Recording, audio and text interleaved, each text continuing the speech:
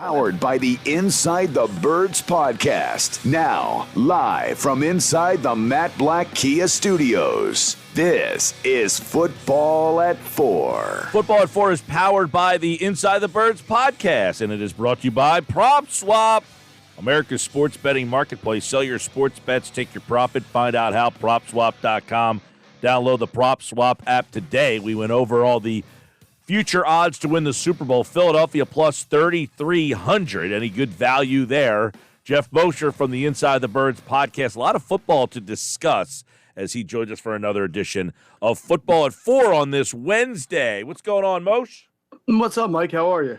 I'm doing excellent. I feel like there's so much going on. I mean, the football conversation, there's a lot of offseason, this, free agency. Everybody's getting ready for the next step here with the NFL. But plus 3,300 for Philadelphia. They're tied with Washington for the same odds to win a Super Bowl. Dallas, number 4 overall. Fourth best odds, plus 1,200. And New York, plus 10,000. Plus 10,000. Wow. Yeah. That's got to be embarrassing. They were one of the worst. I imagine so. I would imagine so. It's funny because I think the Giants have the potential to be one of the teams that has the biggest turnaround as far as victories from the year before to the following year. But like that could literally be 5 games is 5 wins is a lot for some teams, but that's still for the Giants would only get them to what, 8 or 9. So it doesn't mean much, but I mean I think that they have that capacity. All right. So if I told you, did you see the Pro Football Focus Top 100 today? I did not. Okay, so if I told you 5 Eagles made that list and 2 of them were in the top 25, who would they be? The 2 in the top 25, I'd imagine, would be Jason Kelce and Lane Johnson. Okay, Jason Kelce's an interesting one because he did not make the top 100. I'm sorry, this is the top 100 of all players of every player in the NFL? Of 2021, the top 100 graded players for last season. Wow. Well, then I'll switch and pivot. That's shocking. Lane Johnson was on the list. He was like 52. Darius Slay? Slay was on the list. He might have been 58. Javon Hargrave? Hargrave was 98. So that's 3 right there. There's 2 in the top 25 that you did not get yet, and you've guessed 3 guys that made it because you thought they were better. There's 2 guys in the top 25. One was number 22, and the next guy was number 23. Devonte Smith? Devonte Smith did not make the list. Goddard? Goddard was number 23. He was the 23rd best player in the league, according to Pro Football Focus. Wow. And so I'm still missing one, correct? Missing one. Landon Dickerson. Right church, wrong pew. Jordan Mailata, huh? Jordan Mailata was the 22nd ranked player in all of football, and he was the number 2 left tackle. The number 1 player in all of football was Trent Williams, and Mailata was the number 2 left. I guess justification for signing him to that long-term deal. We got the second best left tackle in football and the 22nd best player in the league. Yeah, maybe not not justification for having Jason Kelce come back next year, though. I mean, who knows with the PFF rankings? That's a little wacky to me, to be honest with you. I don't know. How many centers made that list? I didn't really go comb through it to see if other Actually, Brian Allen, Rams, he made the list, so he's on there. Did I just miss? I don't think I missed him, but it's one thing if you're a good player at your position, but you're not necessarily recognized among the best in the league, which is what they're saying. But or that even though you're good at your position, it's not as helpful to your team as other areas. But there's actually a lot of centers on this. There's actually a lot of centers on this list, and he's not one of them. That is amazing. As Trey Thomas pointed out on his recent On the Tape with Trey on the Inside the Birds YouTube platform, a large part of what the Eagles' success this year as a running game was the inside zone, not necessarily the outside zone, but the inside zone, which requires really good interior line blocking from your center, your guards, a lot of good combo blocks, the ability for your center to get off his initial block, get into the second level and cover up a linebacker and a safety. And then when you do run outside zone, which is something the Eagles do well, is also getting that center to pull to the right, pull to the left, get out in space and clear those lanes is very important. And it's been important for this team. They've utilized that to their strength. So I'm a little surprised to not see Kelce. Yeah, now that you brought that up, when I was reading it at first, I'm like, oh, Mailata's 22nd. I mean, he had a grade of 90 this year. And basically I was like, oh, he is the second best left tackle. And then the next player was Goddard, and I'm going through the list. But I do see there are multiple centers on this list, and Kelce not on there. That is a little bit of surprise. So the 5 guys were Mailata, Goddard, Slay, Lane Johnson, and Javon Hargrave. Now, the thing about Hargrave was interesting. He was number 2 behind Aaron Donald for pass rushing defensive tackles, but he's one of the worst graded run tackles in the entire league. Well, I said this a lot in the first month when they were a bad run defense, and they certainly got better from some scheme and personnel changes, but the Eagles were soft as a run defense up the middle for quite a while this year. And even though they had some better games in the second half, they were going against some lousier teams.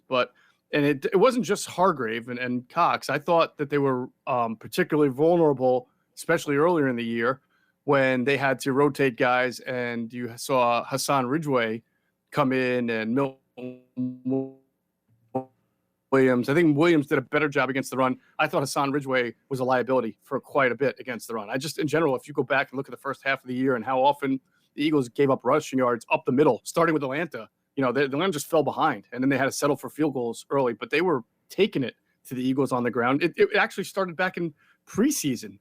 The Steelers and the Patriots, and I know we try not to put too much into it, but there was one stat that was so glaringly obvious to me, was that the Steelers and Patriots both had more rushing attempts than the Eagles had total offensive plays against when they played each other in the preseason. So that was the first sign that something might be a little bit off with the adjustment to a new scheme.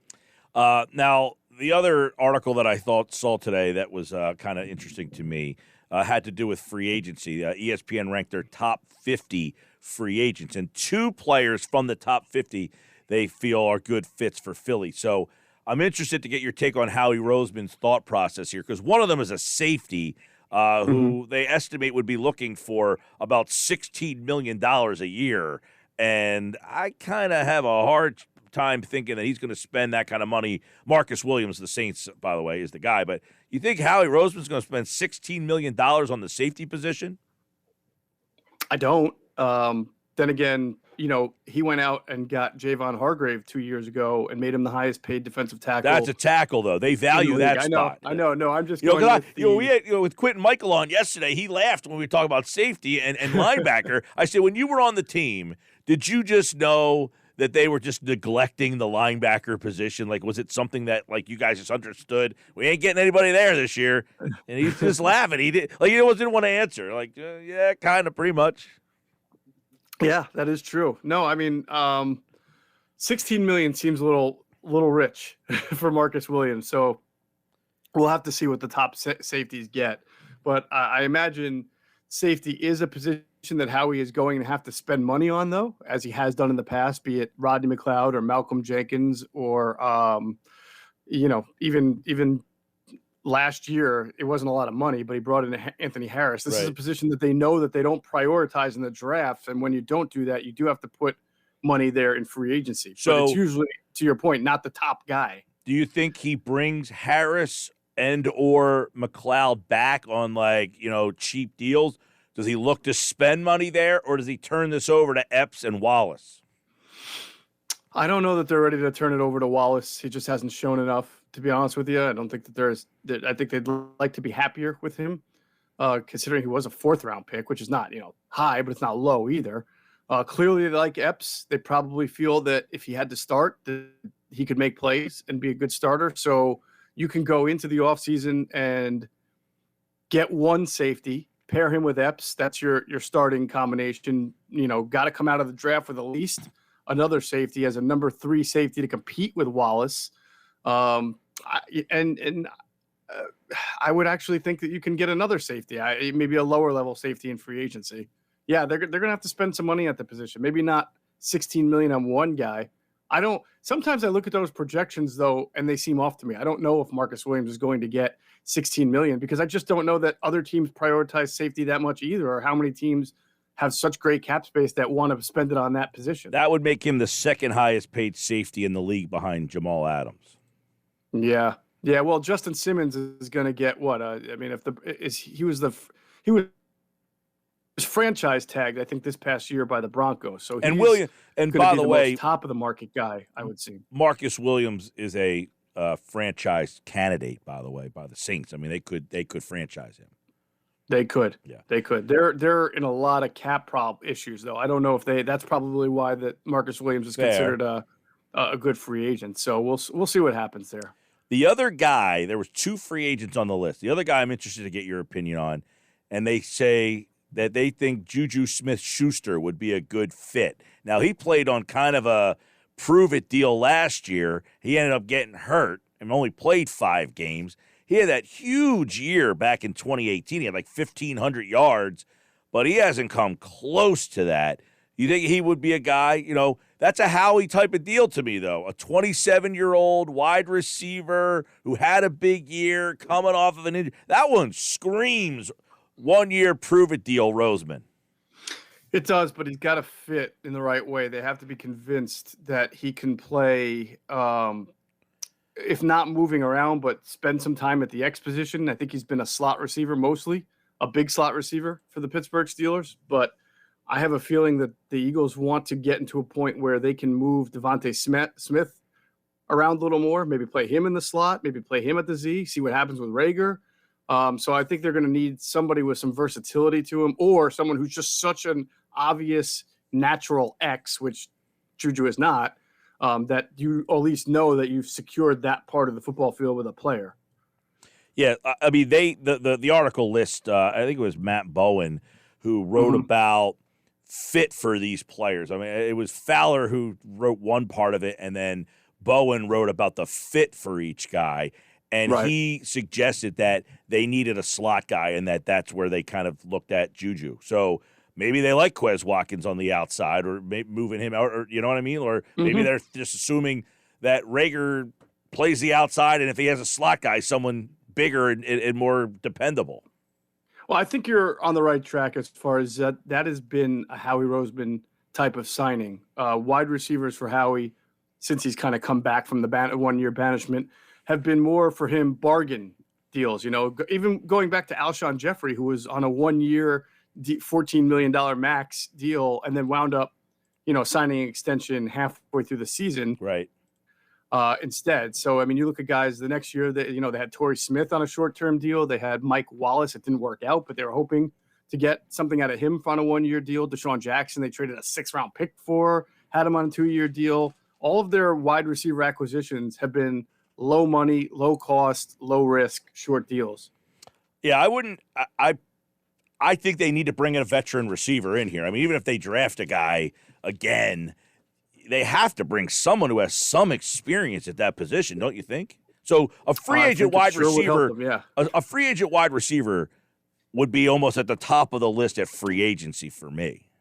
Yeah, I would think so. I mean, yeah, it doesn't have to be a blockbuster deal. It doesn't have to be a 4 or 5 year deal. It could be a 1 or a 2, like we're talking about Juju, or maybe, DJ Chark, if you're able to land him on a short-term deal because he's coming off an injury. There's a lot of names at wide receiver. So I don't think it's going to be like Chris Godwin or Devontae Adams, but it's got to be, I would say it has to be a priority along with linebacker, safety, and corner. No doubt. Yeah, definitely. But linebacker, you're not, I don't know. I feel like there's something in the air, Jeff, that makes me feel that this is the year. It's just going to happen. As far as in the first round of the draft? Yeah, just we talked about it yesterday with Quentin Michael, which was Jeremiah Trotter is not playing in the game today. Like I said to him, what position would he play? He said he'd probably be like an interior defensive lineman at this point. Like he might bulk up and be 280 pounds or, like a Milton. Who knows? But where does Jeremiah Trotter play in today's game?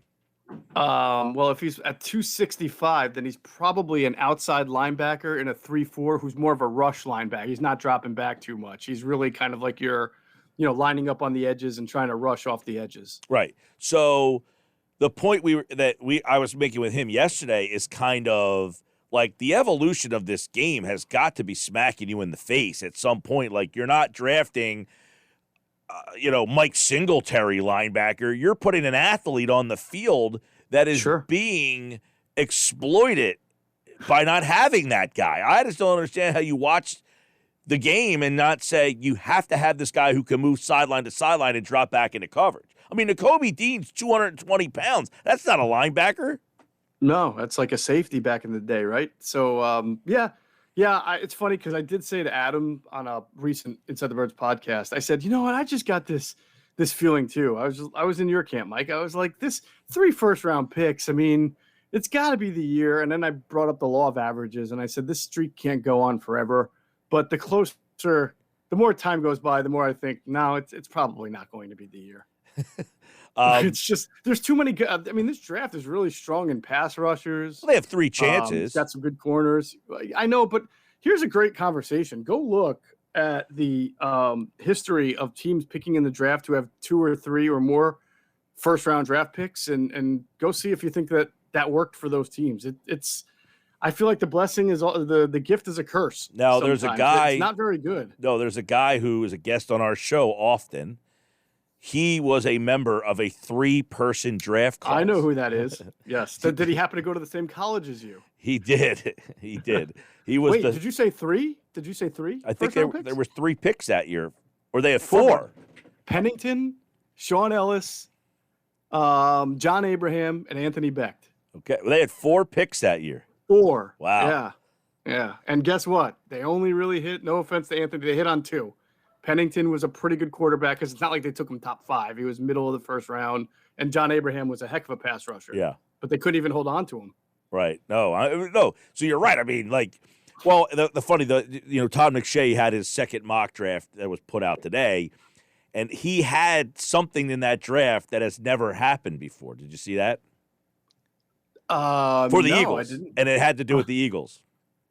Number one, a linebacker and a safety in number the first round? one, he had him taking a linebacker. Okay, so that's something that hasn't happened in 40 years with Nakobe Dean. But the very next pick, he had him taking another Georgia player, Tavon Walker, and it's never happened where back-to-back players from the same school had gone. That's never happened? That's what I got to reread that. Maybe it's. I feel like Courtney Brown and LeVar Arrington went 1-2. Let me reread what he. Draft? Let me reread what. Maybe it was 2 players from Georgia. Well, okay, I could see that happening. Let me look. Yeah. Let me read it. But yeah, he had 15 Nakobe Dean, and then 16. An NFL team has never taken college teammates with back-to-back picks, is what he wrote. I'd have to go back and check that draft where both LeVar Arrington and Courtney Brown were drafted really high. I want to say, what's that, 1999 draft maybe or something like that? 2000, Josh says. It's possible. Maybe there was somebody in between them. They went back-to-back, Josh says, so he's wrong about that. Oh, look at that. I'm correcting Daniel Jeremiah. Yeah, no, this is Todd McShay. Oh, I'm sorry, Todd McShay. So Nakobe Dean, 15, Trayvon Walker, 16, 19, Treylon Burks, wide receiver. What are the percentage chances they take a wide receiver in the first round 3 straight years? Geoff Mosher. I guess the question is, do they stick to their board? I mean, they have 3 picks, and I know, it's likely or there's a probability that a guy like Burks would be high on their board in any of those spots. So I guess that's what you'd have to ask yourself. What is the probability that they would absolutely go strictly by the board? Great. Which you should do, in my opinion. But well, yeah. I mean, if you have 3 picks, you can have a little fun, though, right? Well, that's where you get. Okay. That's where you get into trouble. What I'm saying? Okay, but to counter your point, you're a best guy on the board, best available. What if it's a quarterback? Well, I always say I am BPA, but obviously there are certain positions where you can only put 1 on the field, and the money and the finances can give you some exceptions. So yeah, I would say if you have, if you've got Aaron Rodgers at 28 years old and you also are picking 15th and there's a really great quarterback, you don't do that. Well, you don't have Aaron Rodgers. Oh, you're asking me specifically about the Eagles. Well, yeah, I mean, like if it's 15, 16, 19, and the best player on your board's Malik Willis. All right, but is he better than what you've got already? Like, just because he's ranked that high, you also have to compare him to, because it's the quarterback position. Okay. And you can only put one on the So you're saying best player available. Like, what if the best player available is a left tackle? Take him. I don't know how long Lane Johnson's going to play. Can he play right tackle too? I mean, I got no issue with taking a tackle. All right. I got no issue with taking Tyler Linderbaum, and they have Jason Kelsey. So, I mean, these guys will play. You'll see that. Yeah. They will play. All right. Here's the really interesting thing, Mike. It's a really strong pass rusher draft. I would have no issue if they went if it was BPA and they wound up taking a pass rusher at 15 and a pass rusher at 16, right? Back to back. Yeah. I like the Walker. I like the Walker kid from Georgia. For him to be there at 16, I was kind of surprised, in that particular, not that that's not the be all end all, but I like Walker. If Walker's there at 16, I'm in a good mood. All right. And what if Jermaine Johnson is there at 17? You're picking again. No, you don't pick 17. Oh, no, I'm sorry. If Walker's there at 15 and you pick him, and then Jermaine Johnson's there at 16, you pick him. Like if I had Devin Lloyd 15, Walker 16, and Jermaine Johnson 19, we're having a party. Yeah, that's a pretty good draft. That's a haul right there, my friend. I think every Eagle fan would worship the ground that Howie walks on, which means we know that that's probably not going to happen in general. All right, we'll leave on that note. Geoff Mosher, Inside the Birds podcast. When are you guys putting out a new pod? Tomorrow morning, 6 a.m. 6 a.m. We discussed what the Rams did as far as giving up first-round assets to get proven players. We discussed how the Rams did it. There are some misconceptions about the Rams giving up everything, which is not the case. And we applied that to the Eagles situation and kind of discussed, how they should go about these 3 first-round picks. And I go into a little bit more about some of these teams that have had multiple first-round picks over the last 5 or 10 years and how it's they've done. Is that why you could draw those 4 Jets right off the top of your head? Yes, so that was impressive. That was impressive. Yeah, I can tell you the 3 that the Vikings took a couple of years ago, the 3 that the Browns took, the 2 that the Giants took, 3 the Giants took. And just by the nature of me saying those teams, you can imagine how it went. Is that Johnny Manziel? Was he in that draft? He was in one of those drafts. Yes, yeah, terrible. But he was not one of the 3 Browns picks, though. I'm sorry, that was the next year. Gotcha. All right, we'll listen to that tomorrow morning, Inside the Birds podcast, wherever you listen to your podcast. And tomorrow, Andrew DeCecco is here, Adam on Friday. Geoff Mosher, we will talk to you next week, pal. All right, brother. That's Geoff Mosher from InsideTheBirds.com and the Inside the Birds podcast here on the Sports Bash Live on 97.3 ESPN.